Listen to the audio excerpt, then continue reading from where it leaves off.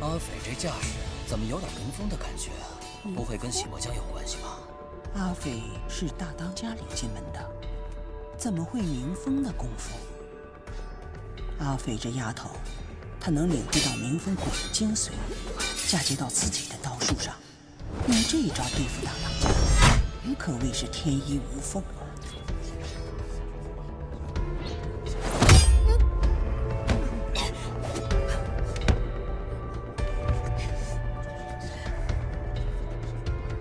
阿肥，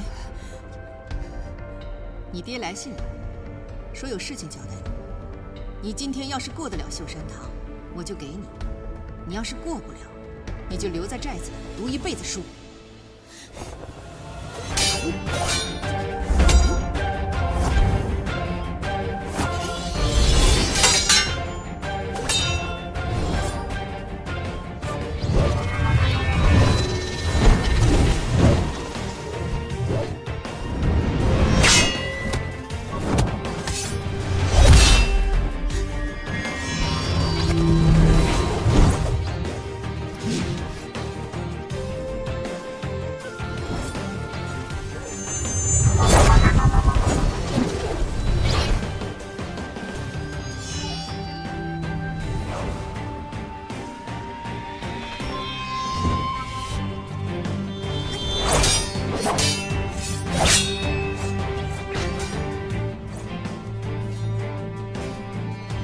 破血刀，真正的破血刀，就算你手里只有一张铁片，它也不会断，因为它不是玉石俱焚的功夫。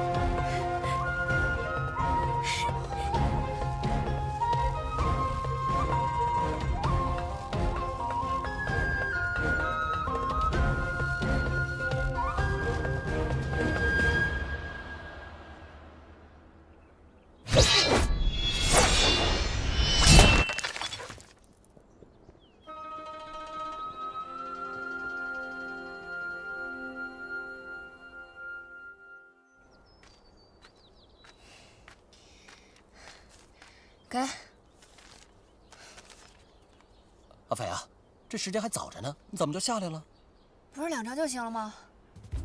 不是，是2张就行了。可你这寨中弟子每个人一辈子只能上1次摘花台。你的成绩会纳入秀山堂，你这样的成绩，后辈看了只会觉得你武功不行，成为笑柄。 2张就2张呗，这有什么好吹的？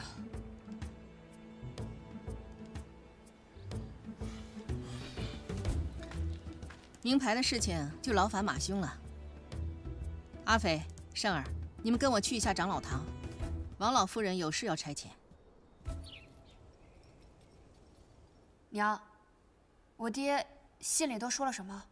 先听着。都是我老太婆那不争气的孙子，给大当家的添麻烦了。王老夫人不要再提麻烦2字。陈飞本就是替我48寨去办事的。你们让他办什么事了？ 你爹不久前来信说有位贵客将至，要咱们寨中派人去接。陈飞他想出去长长见识，就请缨前往。月前你来信说已经到地方了，可就再没了音讯。陈飞师兄武艺不错，都能遇到险事。那是不是应该再多给他派几个高手啊？这得是什么贵客啊？接人这等寻常的事情，都能接出这种麻烦来。多嘴。老身这次会亲自出马，下山走这一遭的。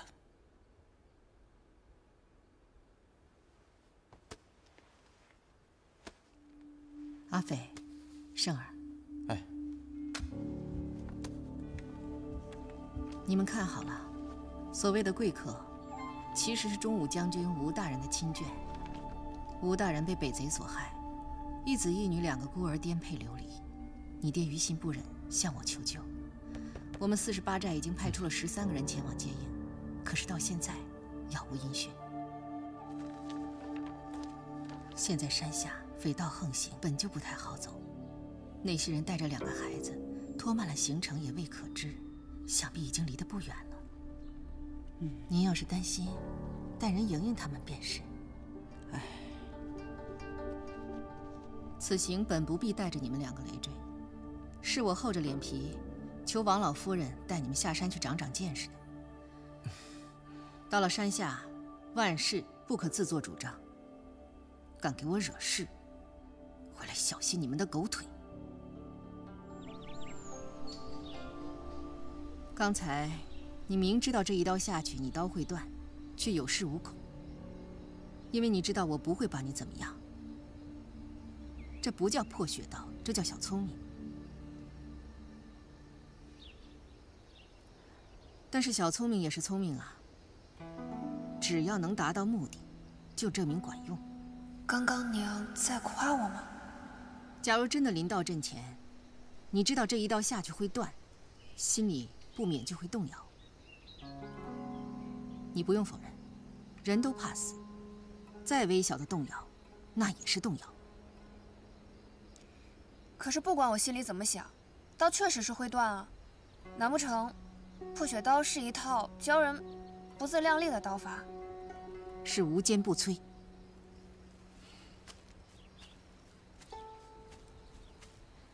阿飞，你可知道这世上有多少高手？有很多。对，有很多。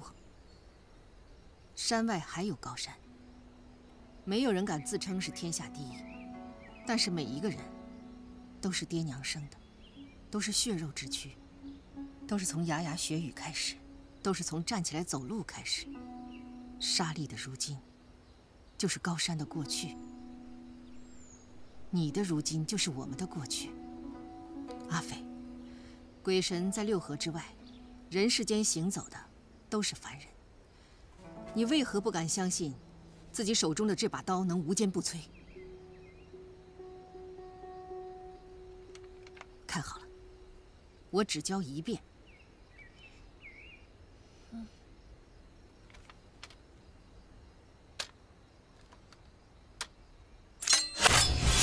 破血刀一共9式，是你外翁亲手修订的，乃极烈之刀。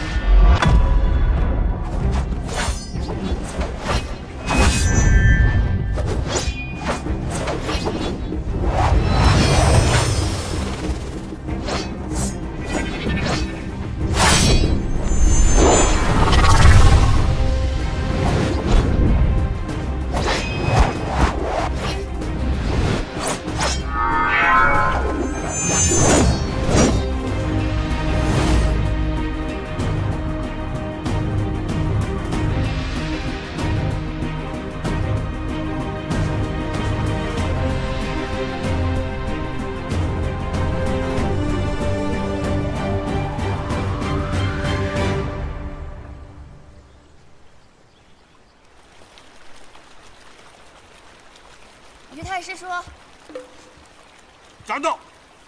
不要过来！平常你都叫我糟老头子，今天你叫我于太师叔，你心里头是不是有鬼？”我有什么鬼啊？我这好不容易叫你一声太师叔，你还不乐意听啊？非得叫你老头子你才开心是不是？你这个样子就比较正常，我心里就踏实了。坐嘛，来。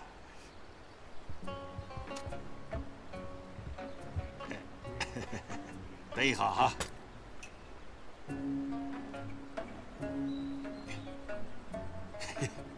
哎呀，舒服了，舒服了。哎呀，啥子事情？我要下山了。好嘛。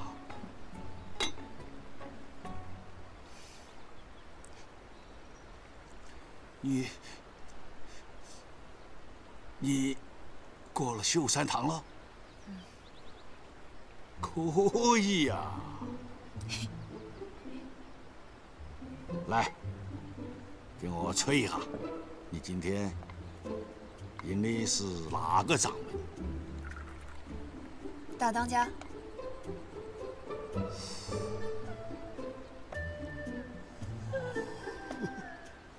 深得很哦。来，喝茶喝茶。哎，你娘是不是让你了？他应该让了我的吧？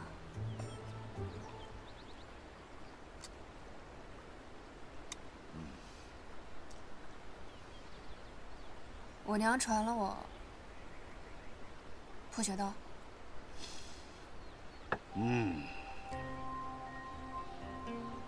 你想当一个啥样子的大英雄？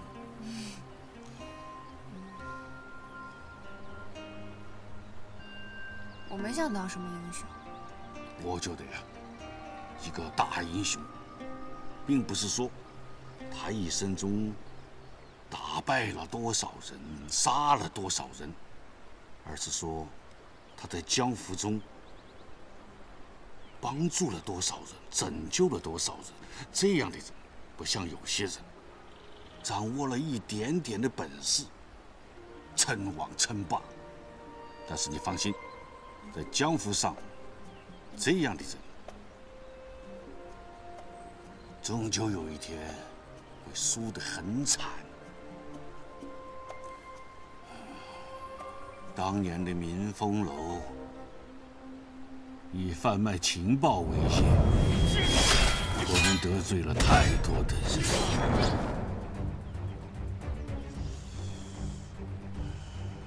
最后被地杀，逼入绝境。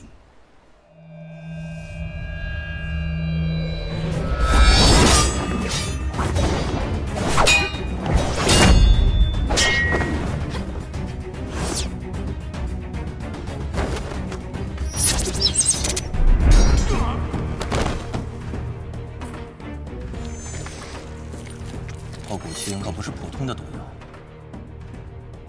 中了透骨青，很快就会全身僵硬、毒发身亡。你就乖乖等死吧。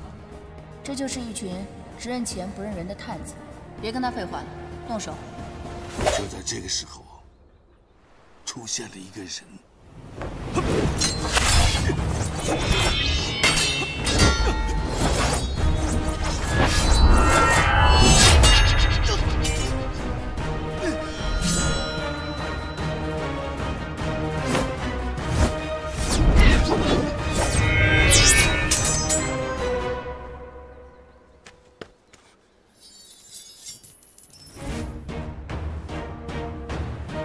他就是拟外翁。在下李征。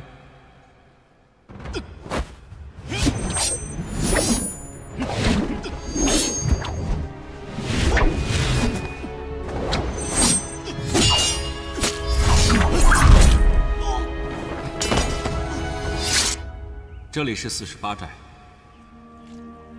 你已服下了补养丹，透骨青之毒已减。只要你终生不离开这些潮湿的环境，便无性命之忧。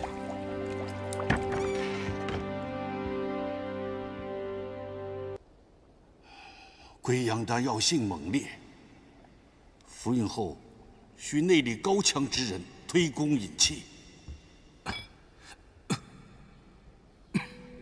李大侠，莫非你为了我？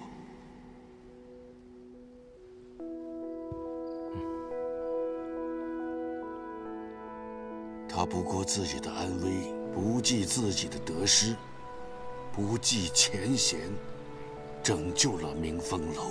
明风楼若是有意隐退江湖，不如就留在这里。但我们这些人就是一些拿钱办事情的探子，得罪人的事情我们做了很多。若是进入了48寨，可能会辱了你南刀，还有48寨的名声。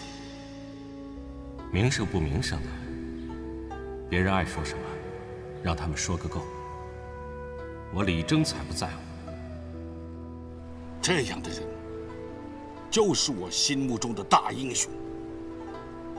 所以，明风楼愿意为了他，用一生守护48寨，用自己的性命守住这西漠江，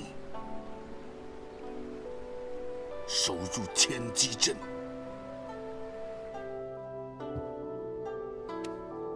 我南刀李征，正式邀请明风楼加入48寨。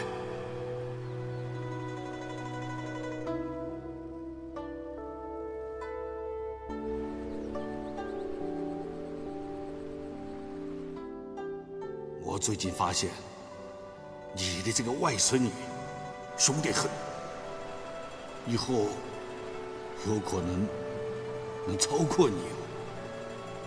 这个娃娃不是一般的娃娃。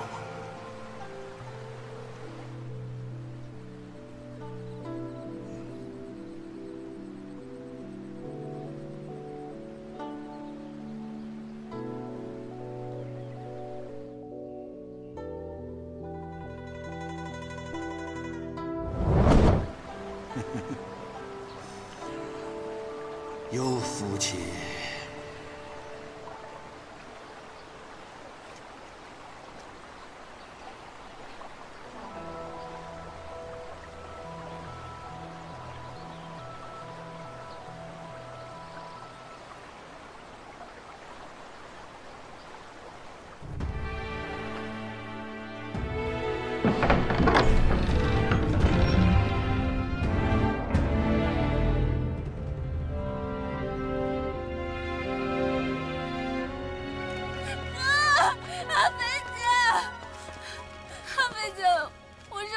你们能不能带我去啊？哎，我们出任务呢，带上我吧。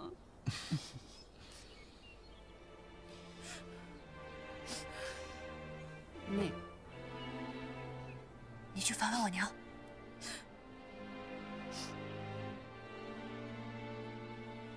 走了。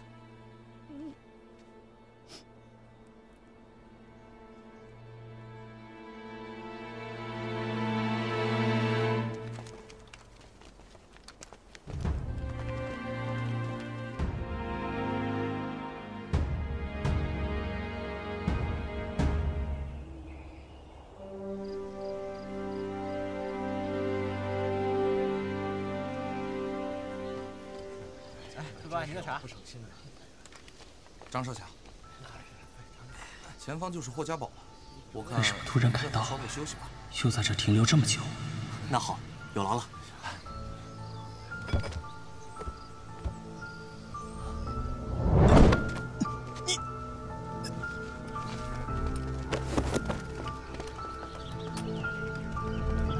霍家堡葫芦里到底卖的什么药？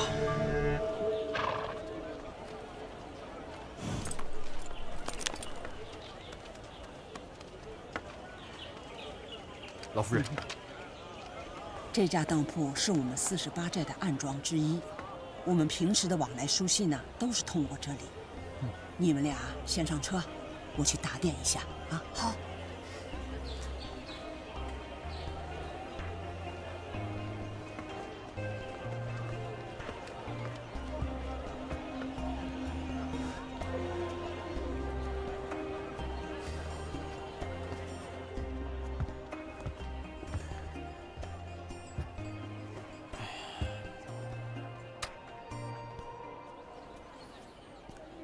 你就不想出去逛一逛？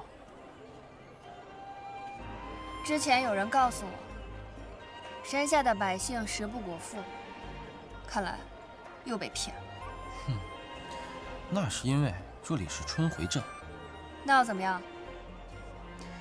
春回镇还属于48寨的管辖区内，这里还住着许多48寨的眷属。再往外走走，你就知道此言不虚了。你这不是第一次下山？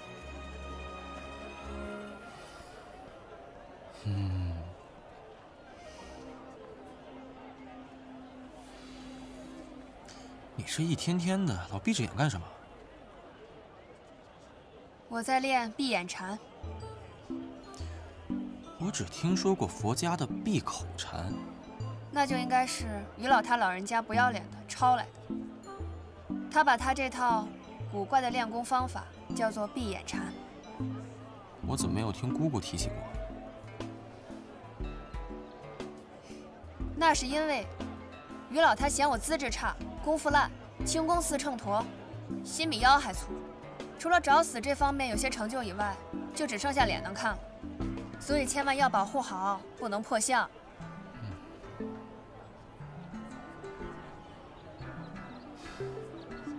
每当我被困在江心的时候，他就让我坐在一边闭目冥想，脑子里不断描摹一招一式。久而久之，我也分不清是自己真的在练，还是只是脑子里想想。不过用闭眼禅修来的招式，倒是也不比亲自练的要差。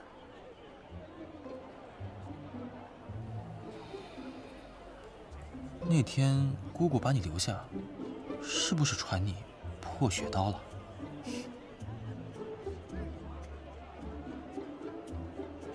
他给我比划了一遍，想看吗？想看，我可以给你使一遍。我不稀罕。阿飞、生儿，几处安庄都没有陈飞的消息，想必他还耽搁在敌军地界。我们出发。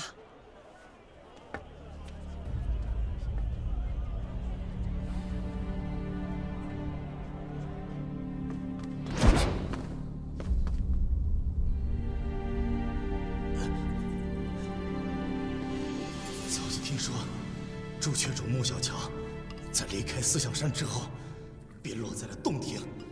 是霍家堡。霍连堂关这些武林人士做什么？堂堂霍家堡，怎么会与穆小乔这种人扯上关系？将我等不分青红皂白的关押在此处，你们难道就不怕武林众怒吗？乱世之中，不分正邪，只论敌友。拉去。是。霍老堡主在哪里？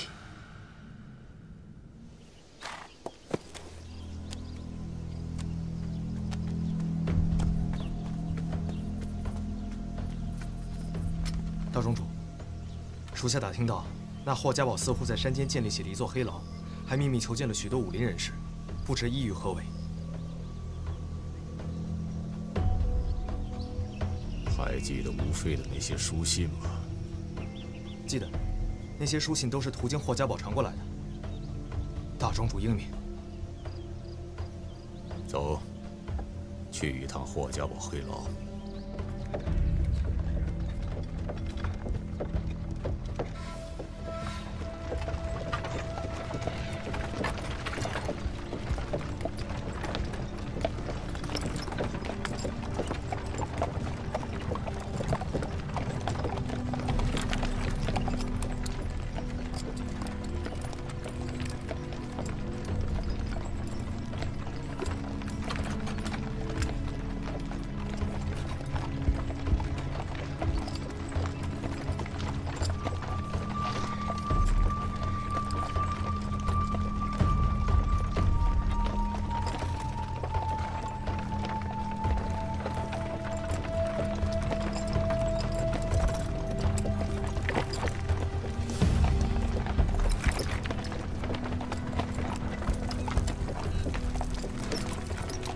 小朋友，给你点吃的，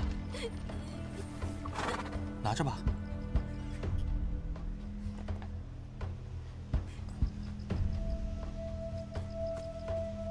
干什么啊？走开！生儿，怎么回事？这里的村民好像不太欢迎我们。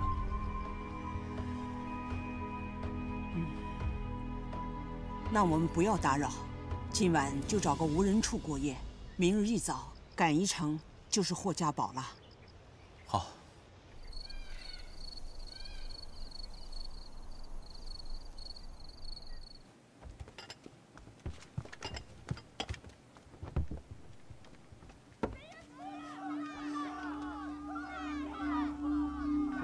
有人喊我们贼人，去看看。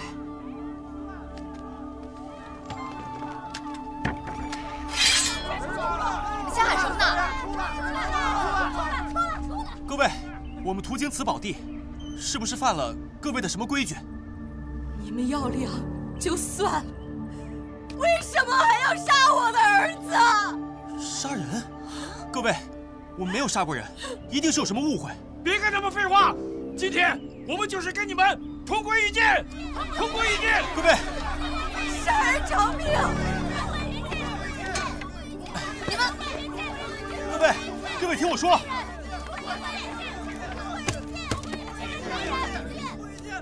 诸位乡亲，你们看老身像大家结社的贼人吗？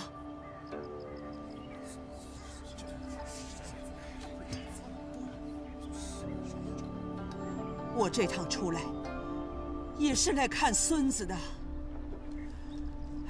给这孩子买身好衣裳，好好葬了吧。你们将我们误认为是贼子，想必那伙人也是武林人打扮。不过，此地离荆州只有1天的路程，这霍家堡就在附近，怎能容许一群武林人做盗贼横行？自霍家堡堡主生病以后，我们就再也没见过霍家堡的人。什么大侠，都是强盗啊！村长，贼人，真正的贼人，他们来了，就在村口。生儿，你去保护好村民，其余的人去查清楚究竟有多少贼子。是。阿飞，你跟我去会会他们的头。好。可是，你们若是伤了人，就会给这全村上下带来血光之灾。明白了。各位乡亲们，大家先躲起来，把刀都收起来。快快快！你们2个去查一下。快快快！大家进去。生儿这孩子，总算是有点样了。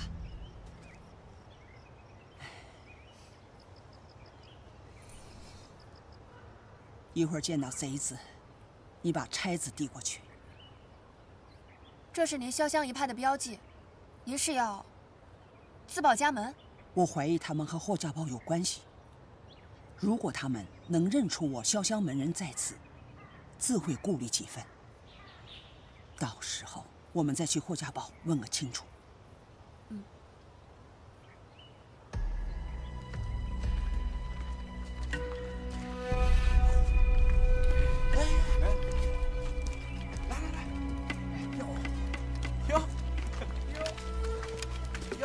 原来是个美貌的小娘子啊！哟，怎么会点儿？哟，会点功夫啊！几位壮士，我一个老太婆，不过是带着孩子回乡，实在不是什么富贵人家。这样吧，我这儿还有件金器，这位壮士拿去当个酒钱也好。诸位就行行好，放过我们吧。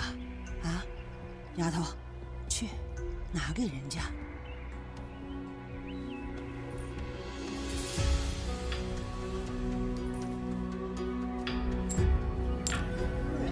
哇，老夫人，您真是通情达理呀！不如您将这马车一并舍给我们吧？啊？哼，老身奔波千里，就为了见上孙儿一面，这车马。罢了，老身走着回乡。阿飞，去把车马赶来。去。哎，何必勉强呢？老夫人，不如您将这小娘子一并舍了给我们，哥几个过几天赶着辆马车，风风光光的送您回乡，如何呀？啊！是啊，丫头啊，婆婆经常跟你说，闯荡江湖要和气讲道理，还要守人家规矩。可若是遇到不讲道理、不守规矩的人，动手！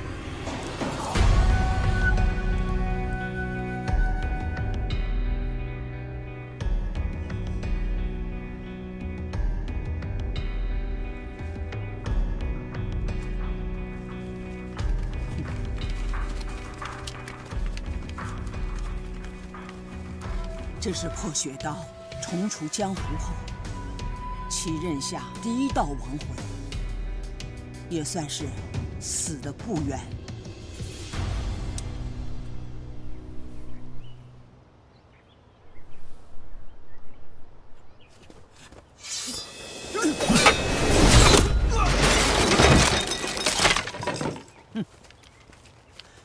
这20年来，没有在江湖上出现的潇湘使，今天算是又见血了。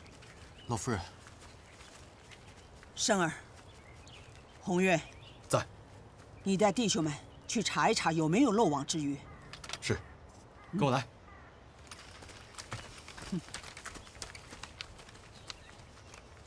这些该死的贼人，死有余辜。生儿，你掀开他的裤脚，看看他的腿。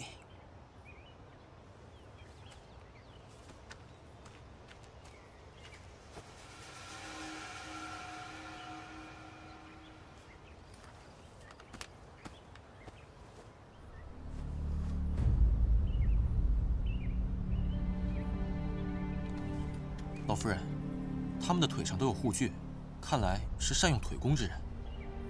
这江湖上只有霍家堡的人练这种腿功，堂堂霍家堡弟子，怎么会沦为强盗？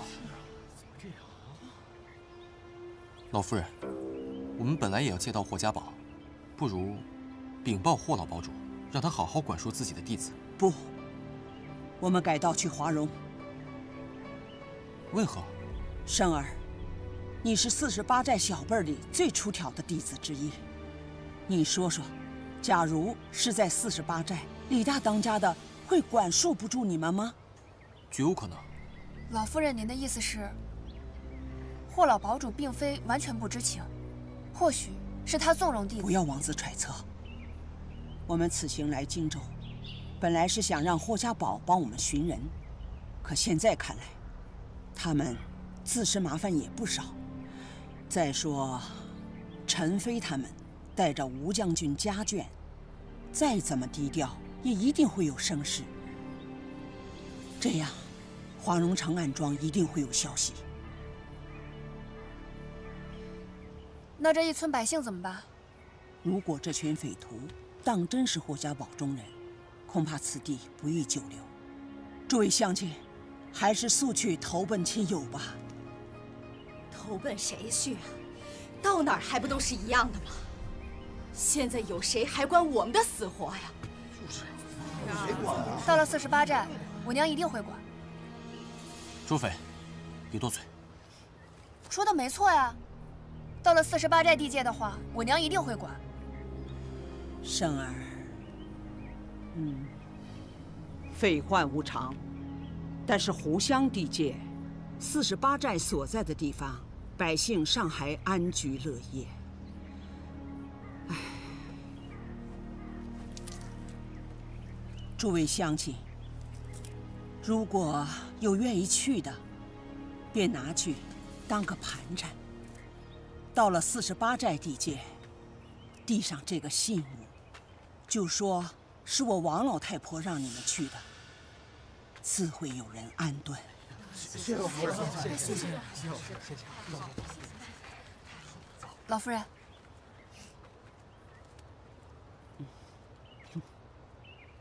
阿飞，今天你做得对。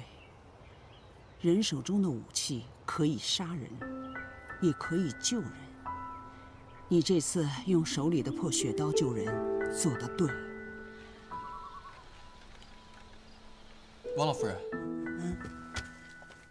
这群匪徒来得突然，不知道陈飞师兄他们会不会有危险。我想先行去打探一番，还有个准备。不着急，你一人去太危险，我们明日再商议。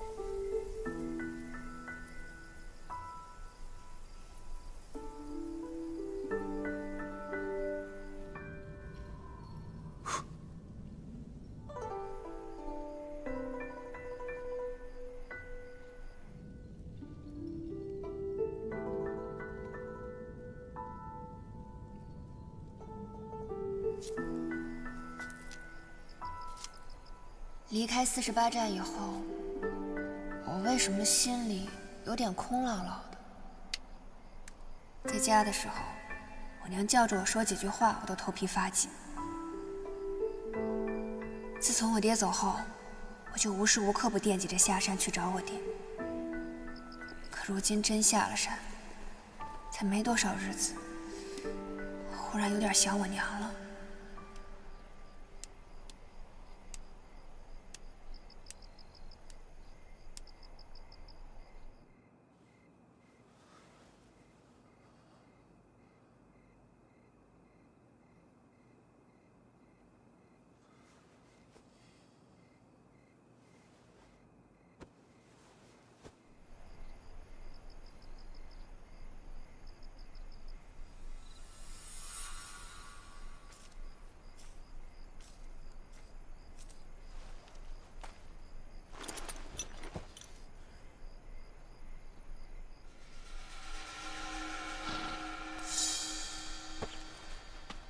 李少，去哪儿啊？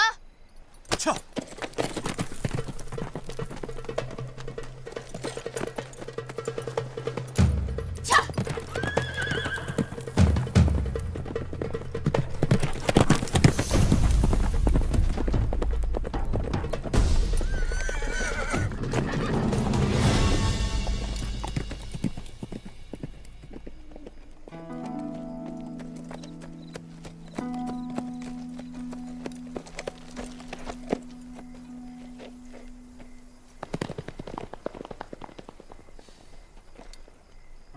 老夫人，你们等我的好消息吧。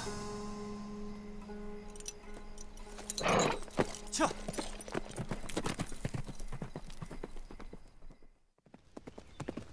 周匪，等我闯出一番天地，定会叫你刮目相看。李婆婆，这个时候你还添乱？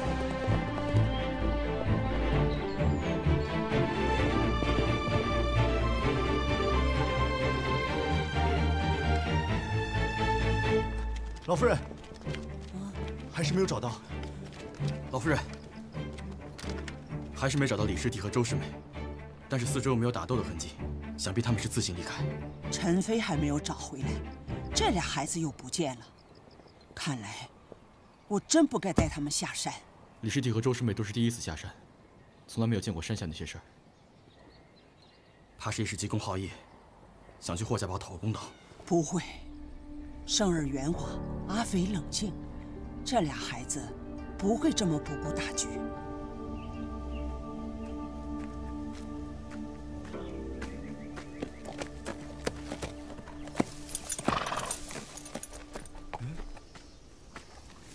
这哪儿来的好马呀？难道是那些被抓走的人跑掉的坐骑？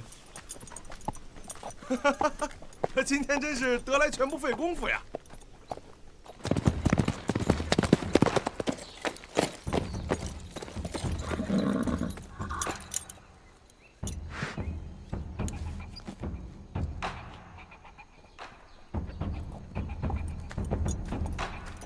！48寨的马。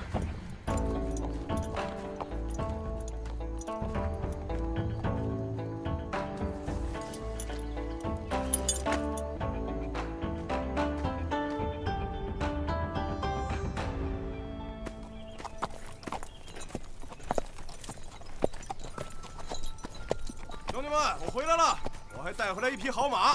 哎呦，这马不错，你在哪儿弄来的？是啊，辛苦了啊！好好开手。这是什么地方？怎么那么多守卫？我得找条路进去，管不了那么多了。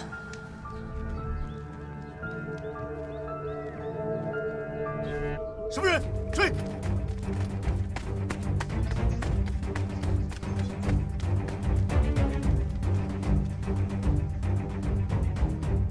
那边追！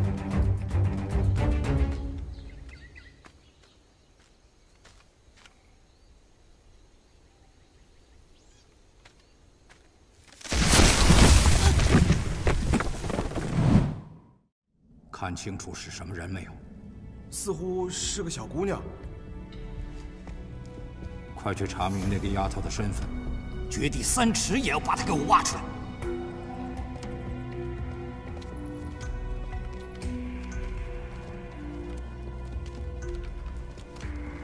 哎，起来吃饭了。喂，难道你们不知道，我们李老寨主与你们霍老堡主18拜之交吗？就这么待客？出去！出去！闭嘴！吵什么吵？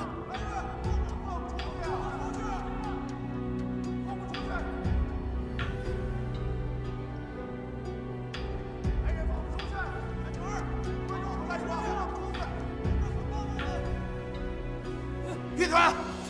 放出去！放出去啊！吵什么吵？再闹也跑不出去。再吵，当心我的鞭子！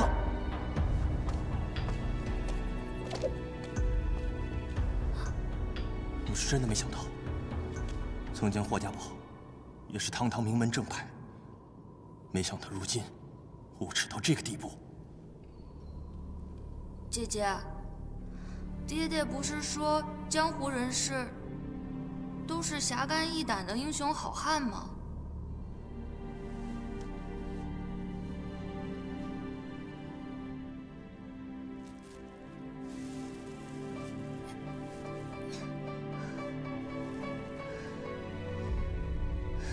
但凡尽量一会儿，一盏茶的功夫，必遭报应。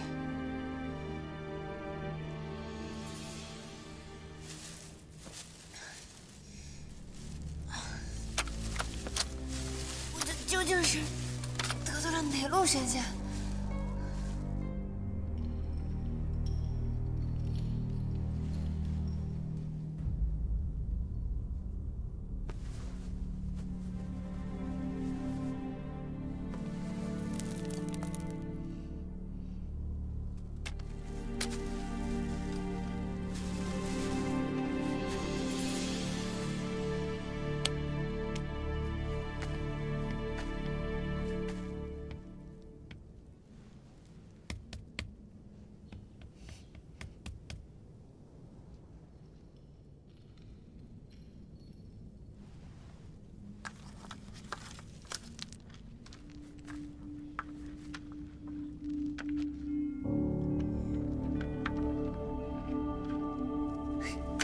今日复兴考场，肯定有好事发生。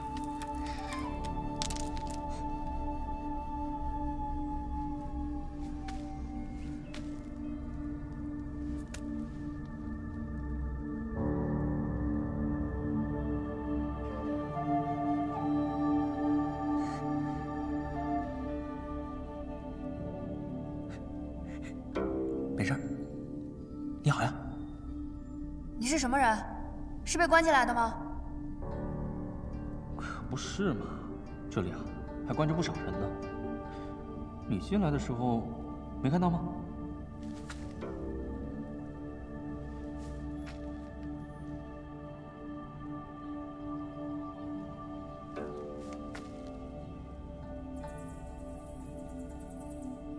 这两边山壁啊，都是隔开的牢房，各路英雄每天都在这里骂骂咧咧的，很有野趣。哎，只可惜啊，我来晚了，连间像样的牢房都没有。这角落里清静倒是清静了，不便加入战局。哎，你呢？你又是怎么进来的？我是因为这去了大德的山是空心的。滚下来的啊！哇，你那边竟然不是牢房啊！这里的主人是谁？为什么要抓你？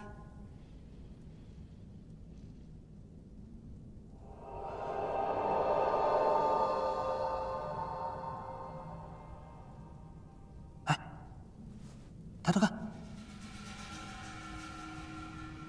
你左边有一丝光漏下来了。往那边走走好吗？好不容易来了个漂亮小姑娘，快给我洗洗眼睛。这口气怎么有种熟悉的感觉？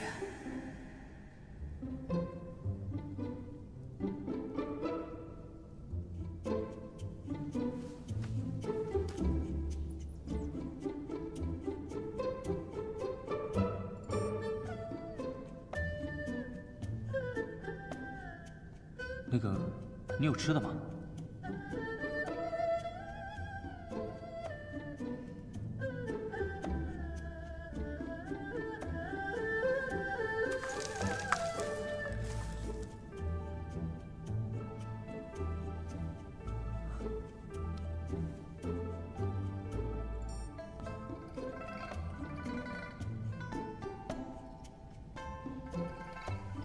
我随身带着喂狗的。这个不会是喂狗的吧？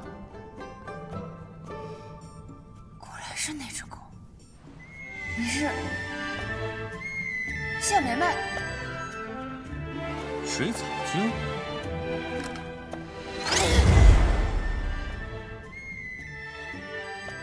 我不该救你的。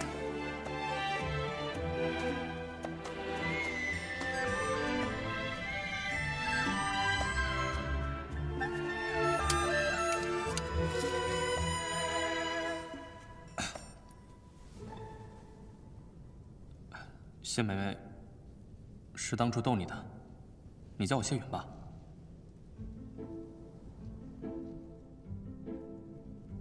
你怎么跑这里来了？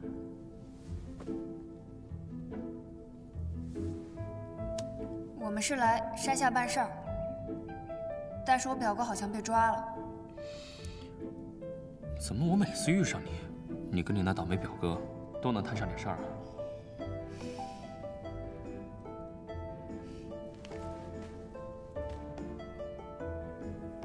每次都是李胜那个王八蛋，没事找事。无妨，这里有吃有喝，挺好的。你哥一时半会儿应该没什么事儿。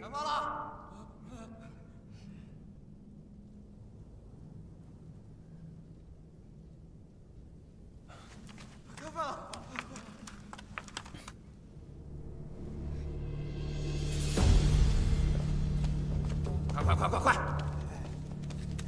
你呢？来。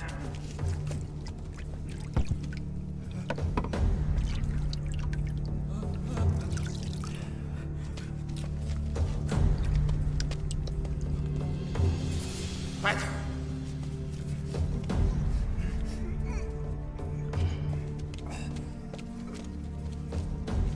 哎，又吃饼了。刚才看到一个女贼跑过去没？你是黑牢暗无天日的，要是能看到，也只能是女鬼了吧？也对。赶紧吃啊！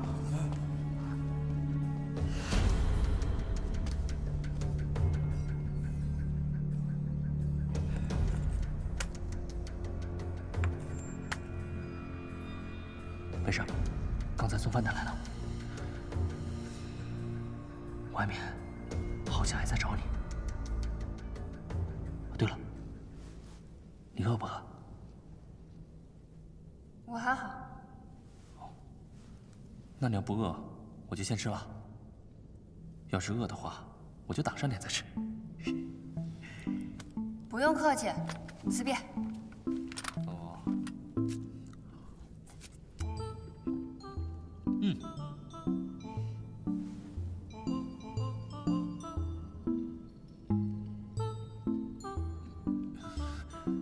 我还是挡一挡吧。以后有机会啊，请你上健康最好的酒楼，天下10分美味，5分多在健康。小美人，等他们找你的这阵子过去之后，我给你指一条出去的路，赶紧离开，咱们有缘再会吧。记住，我欠你一顿饭。今天这顿啊，我就不方便招待你喽，这里面加了料。什么？你不走？走不了啊。温柔伞，听过吗？想你没听过，都是一些邪门歪道们不入流的手段，蒙还扰的一种。一碗饭下去，几天起不来，内外功夫更是不必说了。那你还吃？因为本人既不是骆驼，也不是王八，一碗饭下去几天起不来，不吃啊，可就永远起不来喽。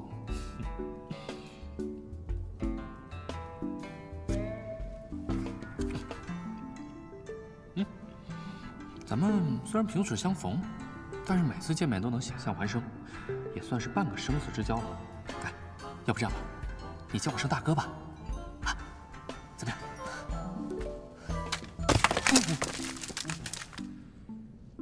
我没杀你已经算很客气了，你居然还敢跟我套近乎？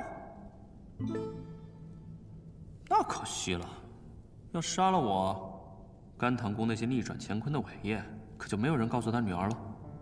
怎么样，听听？这么说，你还是有我爹的消息？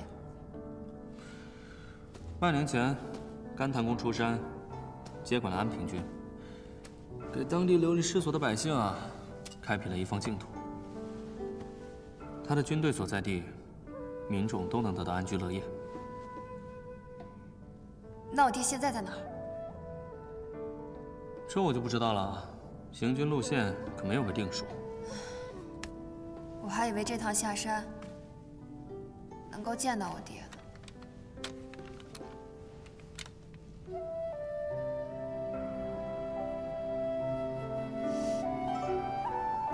滚！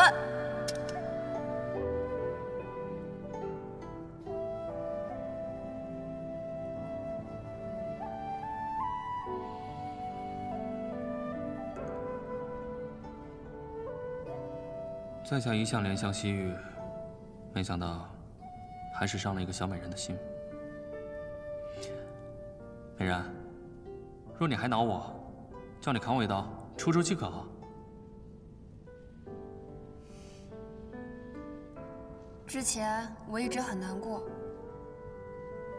我觉得如果你不来，我爹就不会走。可是如今我下了山，见了山下的世道，我好像也没那么生气了。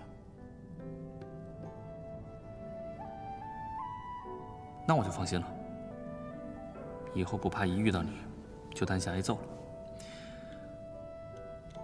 像我这种柔弱老实的书生，只怕经不起你这种女侠的欺负。我就算要找你出气，也得先能从这儿出去才行啊。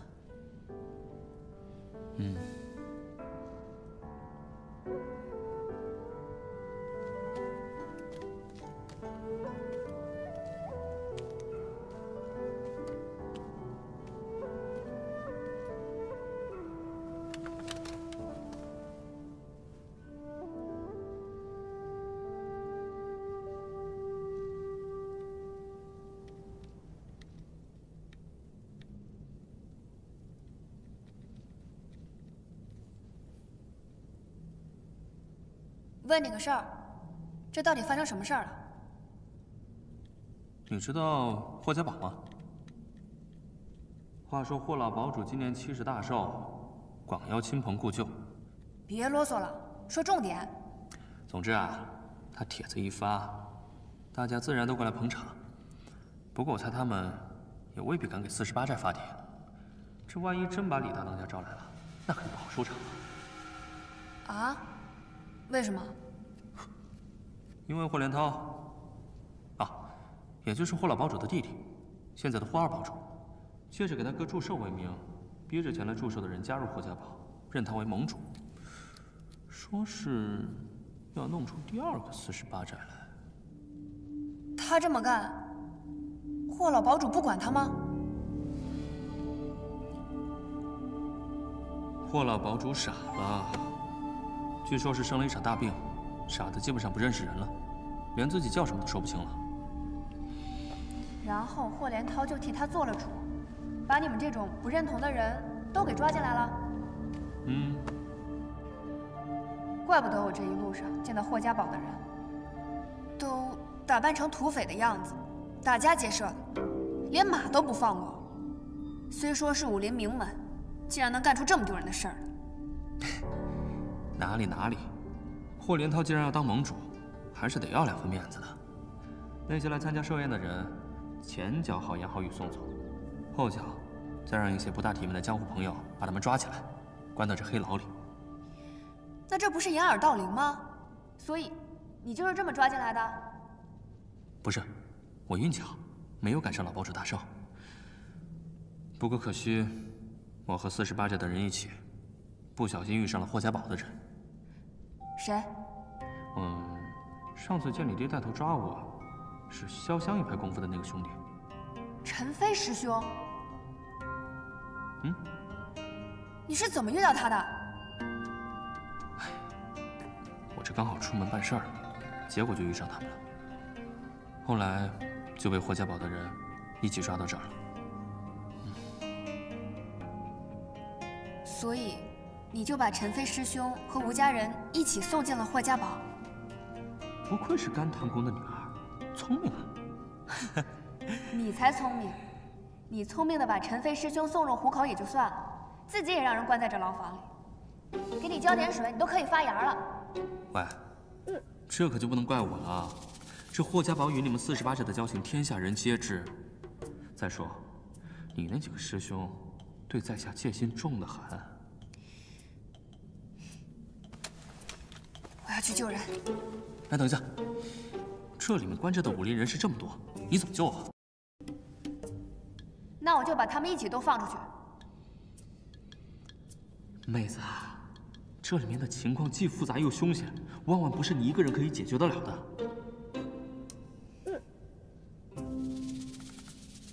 这样吧，我跟你详细说一下这里的地形，还有些岗哨。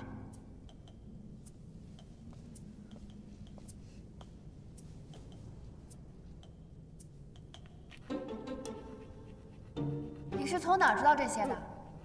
嗨，你以为我就真老实待着？我早开了锁，出去溜达好几圈了。你既然能溜出去，那为什么不去救人啊？你忘了，我这不是中毒了吗？怎么带别人全身而退啊？哎，你看，这地牢分为上下2层，守卫众多。最后，到这里就可以出去了，明白了吗？哎，石子镜，石子镜！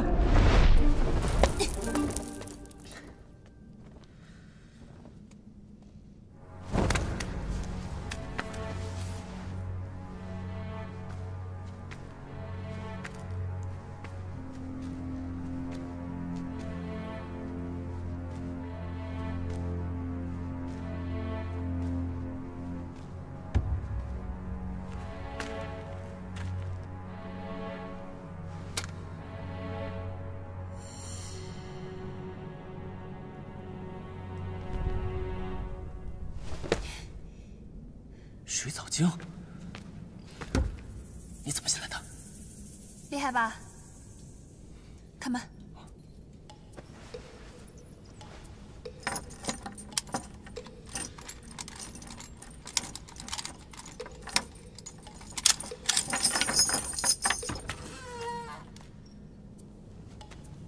你画的那些线路图密密麻麻的，根本就看不清楚。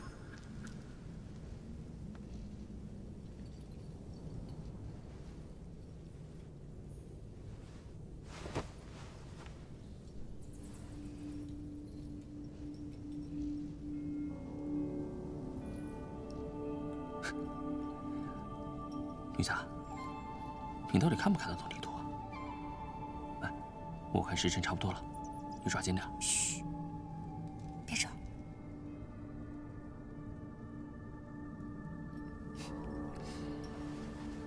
看来这黑牢上下2层关了不少人啊。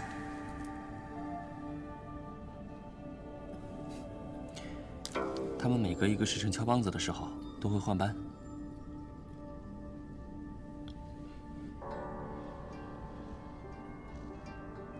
好了。哎，对了，你上去以后啊，如果见到一个红衣如血的人，千万不要迟疑，立刻走。这些老江湖们什么坑蒙拐骗都经历过，他们自然会有脱身的办法，你千万不要多管闲事。回到家以后，立刻找你们长辈去霍家要人。你放心，这个节骨眼上，华连涛不会想得罪李大当家。 他肯定会把你陈飞师兄安然无恙的放回去。那然后呢？你们怎么办？我昨日夜观天象，不日必有是非发生。你全当不知道这件事，找到人以后，尽快离开。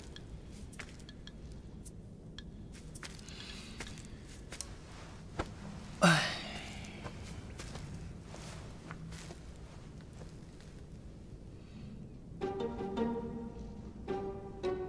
喂，你瞪我干什么？我可是一个有原则的人，绝不会指使小美人去做危险的事情。我待在这儿挺好的，我们兄弟3个有说有笑，再住上2个月也不寂寞。哪儿来的兄弟3个？骄阳、青天，还有我。 是石头、沙子，还有你吧？我看你是病入膏肓，想必你救不回来了。哎，对了，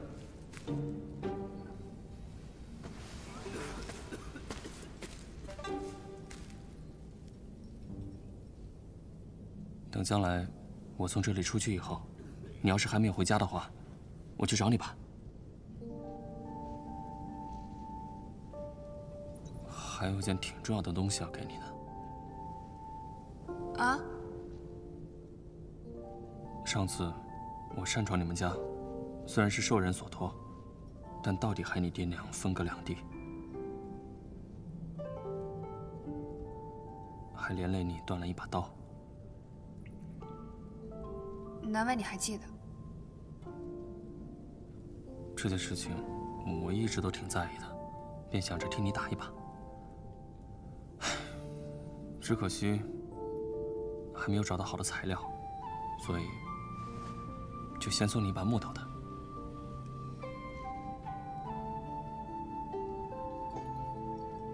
以后再送你一把真正的好刀。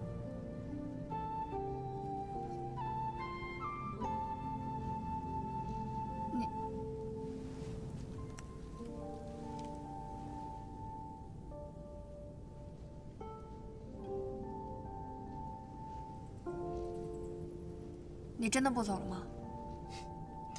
人多了容易打草惊蛇。你进来的时候啊，想必是惊动了这里的守卫，上面已经有人开始抓捕你了。哎，放心吧，我命大，你啊，还是先救你自己出去吧，省得连个报信的人都没有。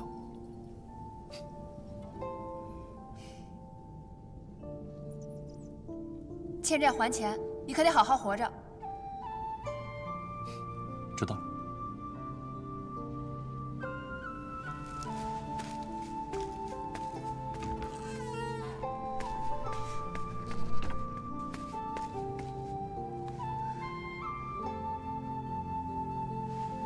大当家可没教过我临阵脱逃。